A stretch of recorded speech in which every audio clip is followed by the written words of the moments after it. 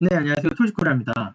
이번 시간은 평생연금 저축이자 배당 실천하기 187번째 시간이고 FDVV ETF 분석, 피델리티 고배당 가치 ETF의 특징과 향후 전망 말씀드리도록 하겠습니다. 제 블로그 들어보시면 평생연금 폴더 안에 187번째 거 보시면 되고요. 시작에 앞서 모든 투자 판단과 결정 본인 몫이고 특정 투자 결정 권유하지 않습니다. 오늘은 피델리티의 고배당 가치 ETF FDVV라고 하는 ETF에 대해서 말씀드리려는 거고요. 화면에 보신 토스증권 이런 이미지들 보이죠? 이건 다 토스증권에서 가져온 내용들입니다. 추천은 그러니까 확인해 주시고, 자, 이미지 보면 거의 다 내용이 나오는데 이미지 가지고 좀 말씀 한번 나눠보죠.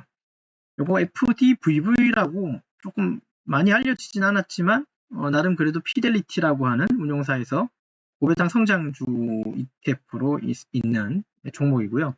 54.70달러고요. 이거는 이제 지난 금요일 날 종가 기준입니다. 이게 0.1% 정도 내렸었네요. 금요일 날.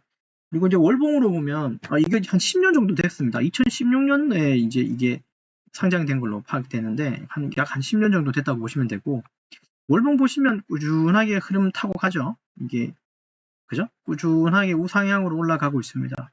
이게 월봉선 121선 이런 거 얘기할 게 아니라 쭉 보시면 그냥 그림상으로도 봐도 쭉 우상향하고 있고, 최근에는 전고점까지 뚫어버린 상태네요. 그럼 위에 매물대는 없는 상태, 그리고 밑에 지지하는 매물대가 생긴 상태, 긍정적으로 보인다는 거죠. 이 정도고요. 그 다음에 이 종목은 아까 말씀드렸지만 2016년도 10년 정도 된 종목이라 그랬고, 피델리티 매니지먼트 있었지, 피델리티 운용사라 보시면 되고, 근데 시가총액이 9조밖에는 되지 않습니다. 그러니까 조금은 의외다, 그죠? 10년 정도 되면 그래도 한 20조, 30조는 돼야 되지 않을까 싶긴 한데, 규모가 아직 이제 피델리티 자체의 브랜드 네이밍도 조금 약한 것 같아서 그렇지 않나 싶긴 한데, 어쨌든 1조 넘으면 무조건 큰, 그죠? 예, ETF라고 보시면 됩니다. 쉽게. 이렇게 보시면 좋을 것 같고, 어쨌든 9조면 시가총액이 작은 거 아닙니다. 큰 겁니다. 물론 슈드나 일거에 비해서는 좀 작은 거지만. 그 다음에 얘가 투자되고 있는 투자처는 기술주에도 들어가 있고, 브로드컴하고 비자, 카드사죠. 그 다음에 엠브로뱅크, 은행도 있고, 필리모스, 담배도 있고요. 이거 엑슨모빌까지 들어있네요. 그리고 나머지 회색으로 처리된 건 이제 1% 왔다 갔다 하는 종목들이 여기 누룩하게 들어갔다는 소리예요. 굉장히 많이 분산되어 있다고 이해하시면 되고, 에너지도 있고 은행도 있고, 그죠? 그런 특징입니다. 기술주만 있는 게 아니네요. 그리고 얘는 연배당이 한 3%대입니다. 지금 가격 기준에 3%대고 36912 배당을 준다고 하는데, 실제 배당을 언제 주는지 보면 지난 시간에는 그죠? 4, 7, 10, 12 이렇게 했는데, 얘는 369 12 슈드하고 똑같이 주네요. 그죠? 슈드하고 똑같이 같은 달에 이제 이게 배당이 나옵니다. 그러다 보니까 얘보다는 슈드 쪽가 0. 몇 프로 배당금이 더 나오니까 좀 준 것 같긴 한데, 이쪽에 얘보다는 슈드가 좀 더 관심을 받는 것 같긴 한데, 근데 슈드의 지금 상황 자체는 그죠? 여기 봉상으로는, 그러니까 차트상으로는 그닥 좋진 않죠, 실적이. 근데 얘는 계속 우상향하고 있는 그림, 이런 게 가장 좀 특징일 것 같아요. 이제 한번 보자면, 피델리티가 운영하고 있는 고배당 가치주 중심의 ETF라고 보시면 되고, 그래서 고배당하고 가치라고 하는 두 가지 키워드가 담긴 ETF입니다. 그래서 미국의 대형주 중심으로 한 포트폴리오라고 보시면 좋을 것 같고, 기업의 재무 건전성이나 배당의 지속 가능성이나 장기적인 기업 가치 등을 고려해서 이 종목들을 편입한다는 이런 특징이 있네요. 슈드도 거의 비슷합니다. 그리고 2016년도 설립해서 약 10년 정도 됐고, 총 보수가 그렇죠. 예, 슈드보다는 많네요. 슈드보다는 한 10배가 많네요. 슈드가 0.03%입니까? 그리고 분기 배당이고, 아까 봤지만 36912 이런 특징입니다. 아마도 총 보수가 높아서 얘보다는 슈드가 좀 더 유리해 보이기도 하네요. 그건 또 이따 한번 보기로 하고요. 얘 투자 전략 보시면 미국 상장 대형주 중에 배당 지급 여력이 있는 기업 선별하는 거, 슈드도 마찬가지입니다. 그래서 이제 배당 안정성을 최소한 좀 검증하는 거고, 배당 수익률이든 성장률이든 기업 건전성 지표를 활용해서 스코어 매겨가지고 이제 그 배당을 꾸준히 주는 기업으로 이제 추린다는 의도네요. 약 한 100개 종목에 투자되고 있는 거라고 보시면 되고, 금융, 에너지 골고루 투자되고 있습니다. IT까지. IT까지 여기 들어있다고. 아까 보셨나요? 제가 갑자기 기억이 안 나네. 엔비디아가 있었죠. 마이크로소프트하고 슈드하고는 좀 다르죠. 슈드가 좀 전통적인 배당에 좀 초점이 맞춰진 거라면 얘는 IT 즉 기술 쪽에도 좀 들어가 있는 거라고 보시면 되고, 이게 어제인가 이게 CGDV였나요? 어제 제가 올렸던 내용이 아마 있었을 것 같은데 걔하고 좀 비슷한 것 같은 느낌이 살짝 듭니다. 슈드하고 꼭 비교하려는 목적은 사실 아닌데, 뭘 얘기를 해도 분기 배당으로 뭔가 얘기를 해도 있잖아요. 이런 주식들 뭔가 배당주라고 하는 이런 주식 가지고 얘기할 때는 슈드가 거의 기준일 수밖에 없어요. 슈드보다 많이 주냐 적게 주냐 그런 게 사실 기준인데, 근데 이제 얘는 가지고 그러니까 투자되는 섹터 자체가 IT까지 들어있기 때문에 조금 성격이 다르다는 걸로 이해하시면 돼요. 고배당의 가치주 두 가지 성격을 동시에 반영해서 안정적인 배당을 기반으로 한 장기 투자 적합의 ETF라고 보시면 된다고 써 있습니다.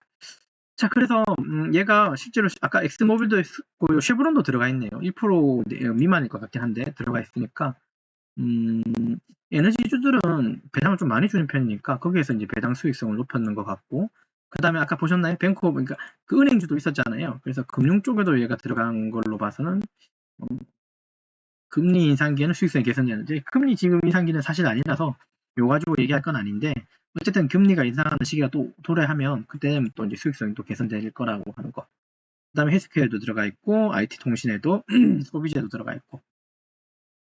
그래서 뭐 이런 구성을 보면 얘도 되게 굉장히 많이 분산돼 있죠. 아까 그 프로테이지 보셨지만 10% 넘는 종목이 없어요. 다 5%, 6%, 2%, 4%, 2% 이런 식이기 때문에 이런 종목들 덕분에 FDVV라고 하는 이 ETF는 경기 순환주하고 방어주도 균형 있게 담고 있습니다. 이로써 경기 불확실성에도 꾸준한 현금 흐름을 기대할 수 있는 부분이죠. 저는 이런 부분들이 참 마음에 드는 것 같아요. 너무 한쪽으로 몰입된 투자는 우리가 지향하는 바는 아니잖아요. 그런 부분들은 더 위험하기 때문에. 그래서 이런 순환 방어하는 것도 균형 있게 담겨 있는 게 저는 낫다고 봅니다. 어차피 우리가 배당 받을 때 항상 얘기하지만, 배당 받을 때 주가가 여기에서 배당을 받든 여기에서 배당을 받든 아무 상관없잖아요. 그죠? 다만 좀 희망하는 건 얘가 이렇게 파도를 타지 말고 그냥 잔잔히 갔으면 좋겠는 거예요. 내가 팔 시점에는 이미 이때까지 받은 배당으로 내가 이미 다 이익을 다 취한 다음에 그냥 깨끗하게 파는 걸 저는 선호하거든요. 시세 차익 이만큼 노려가지고 파는 건 뭐랄까 심리적으로 좀 조마조마하더라고요. 이게 떨어지면 꼭 던져야 될 것 같고, 요번 한국장에서도 좀 사실 좀 그랬어요. 한 2주, 3주 전인가? 갑자기 휙 꺾일 때 고민을 많이 했어요. 왜냐하면 이 바닥에서 산 이 금융주들, 제가 은행주를 좋아한다 그랬는 거 기억하시죠? 은행 관련된 ETF, 그 다음에 신한은행, 우리은행, 기업은행들이 엄청 올랐단 말이죠. 근데 이렇게 팍 꺾이니까 10% 빠지니까 좀 던지고 싶더라고요. 사람 심리적으로. 그래서 저는 주식이 그냥 옆으로 가는 게 가장 좋아요. 대신 이 기간 동안 배당을 꾸준히 받으면 이게 다 이익인 거잖아요. 주가는 그대로면. 그런 면에서 보면 슈드가 지금 성적이 안 좋다고 얘기하지만 얘도 한편으로 계속 옆으로 가고 있는 겁니다. 그래서 나쁘다고 마냥 보는 건 좀 잘못된 시각이라고 저는 생각이 들어요. 다시 돌아와서, 그래서 얘 FDVV도 슈드하고 비교할 수밖에 없으니 슈드는 뭐 이런 거 있고, 그 다음에 뱅가드에서 난 그 VYM이라고 하는 이런 종목도 있는데, 이거하고도 뭐 좀 비교하자면 그렇습니다. 얘도 뭐 안정적인 분기 배당주고, HDV iShares에서 나온 것도 얘도 고정 배당의 안정성 강조하는 종목으로 또 좀 볼 수는 있습니다. 얘들은 뭐 추천하는 건 아니고 슈드하고 맥락이 같거나 비슷한 것들을 그냥 나열한 것 뿐이라고 이해해 주시면 좋겠어요. 그래서 FDVV가 사실은 아까 그 시가총액 9조밖에 되진 않았잖아요. 그래서 사실 이런 ETF, 이거는 여러분들 거의 아시죠? 근데 여기에 비해서 상대적으로는 좀 덜 알려졌죠. 그죠? 왜냐하면 그렇지만 어쨌든 뭐 그건 그렇고요. 어쨌든 피델리티 얘가 독자적인 스크리닝 기준으로, 그러니까 얘들 독자적인 어떤 기준으로 선별해서 운영하고 있는 FDVV라고 ETF니까 좀 긍정적으로 좀 보면 좋을 것 같고, 특히 이제 금융 에너지 섹터 비중도 높기 때문에 슈드보다는 높은 성과를 낼 가능성이 있다라고 하는 내용까지 인터넷에서 좀 확인될 수 있습니다. 저라면 또 이거 4개 한꺼번에 또 사겠다, 그죠? 저라면 한꺼번에 얼마씩 소수증권 사용하시면 소수점 매수가 다 될 거예요. 이거 4가지 좀 소수점 매수로 조금씩 모아가는 것도 나쁘지 않을 것 같고, 그리고 이거 4가지는 아마도 카카오페이 증권에서도 소수점 매수가 되지 싶어요. 분기 배당주는 거의 되는 것 같은데 그렇게 좀 보시면 되겠습니다. 장점은 당연히 안정적인 배당 수익, 아까 그 3%, 3.01%였죠. 줄 것 같고 분기 배당이고 분산 투자 효과 있을 거고 가치주 중심으로 투자되어 있는 거.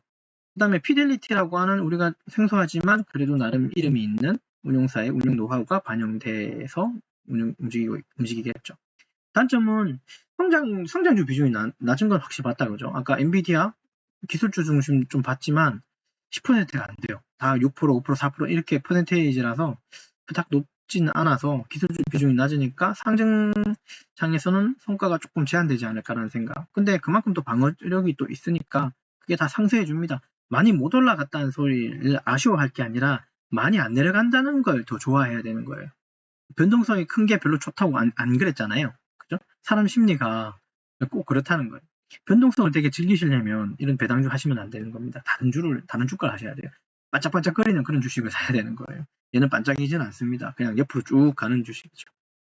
금융하고 에너지 의존도가 있다는 거, 그러면 특정 경기 사이클의 변동성이 생길 수 있다는 거죠. 근데 그렇게 높은 의존도는 아닌 것 같아서 걱정할 필요는 없을 것 같고, 좀 인지도가 낮으니까 이게 거래량이 작다고 써 있는 건 상대적인 겁니다. 이거보다 작은 거지 9조짜리의 시총의 종목이 거래량이 작다? 그렇지는 않아요. 네, 그렇지 않고 상대적으로 얘네들보다는 작을 겁니다. 예, 얘들이 더 많이 알려졌기 때문에 그래요. 그럼 향후 전망 어떻게 될까? 금리 정책을 보면 금리 인하를 하겠죠? 그러면 배당주 ETF는 상대적으로 매력이 좀 떨어질 수도 있지만 근데 얘가 이제 고배당 가치주의 성격을 띠고 있으니까 현금 흐름은 여전히 계속 만들어줄 것 같고요. 그 다음 에너지하고 금융업종 사이클이 도래하면 또 얘도 좀 어느 정도 빛은 보긴 하겠다, 그죠? 근데 퍼센테이지가 많지는 않더라고요. 그냥 보시면 될 것 같습니다. 어쨌든 배당 안정성이 있을 것 같고. 종합적으로 보면 FTV 성장면에서는 QQQ 같은 ETF로에 뒤처질 수 있겠지만 은퇴 자금이나 안정적 현금 흐름이나 장기 보유 전략에서는 좀 매력 있는 상품. 그래서 향후 10년간 이제 고령화가 많이 진행되고 은퇴가 진행되면 아마도 이런 주식들에 조금 더 빛을 발하지 않을까? 좀 요구하지 않을까 싶습니다. 안정적이면서도 우상향하는 그런 그래프를 우린 다 좋아할 테니 특히나 이제 고령의 인구가 은퇴를 하게 되면 수익이 없을 건데 이런 종목들을 통해서 시세 차익도 조금 노려볼 만하고 안정적인 쪽 배당도 가져갈 수 있으니까 그런 것들이 조금은 장점은 아닐까 싶습니다. 결론 내리면 FDV는 피델리티에서 운영하고 있는 고배당 가치주 ETF고요. 섹터는 이런 섹터에 다양하게 투자되어 있어서 좀 안정적인 배당은 계속될 것이다 라는 거. 다만 이런 슈드 뱅가드과 아이쉐어즈 거에 비해서는 인지도가 낮아요. 하지만 피델리티만의 독창적인 배당 성별, 아까 스크린 뭐 어쩌고저쩌고 했었잖아요.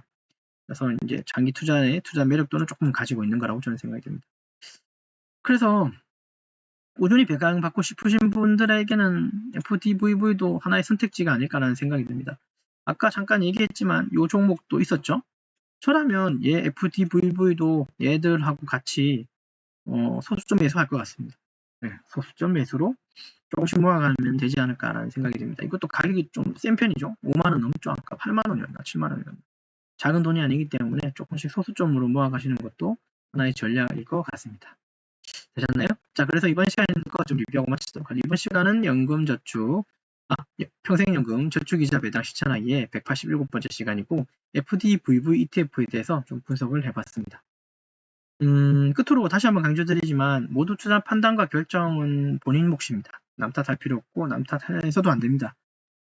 그리고 너무 매수매도에 오버할 필요 없습니다. 저는 그냥 사고만 있고 가끔은 이제 가족들한테 주기 위해서 이제 소수점으로 매수했던 것들 좀 매도하는 편이기도 합니다. 물론 상승한 것들에 대해서 아마 이 말이 무슨 말인지 아마 지금 이해는 못할 수도 있는데 가끔은 저도 리밸런싱을 하는 차원에서 좀 소소하게 모았던 것들을 팔고 가족들한테 이제 그 금액을 넘겨서 이제 매수하게끔 그렇게 진행하기도 해요. 오늘 뭐 전략적인 거니까 이해해 주시면 됩니다. 꼭 성투해 주시고요. 영상 끝까지 시청해 주셔서 대단히 감사합니다.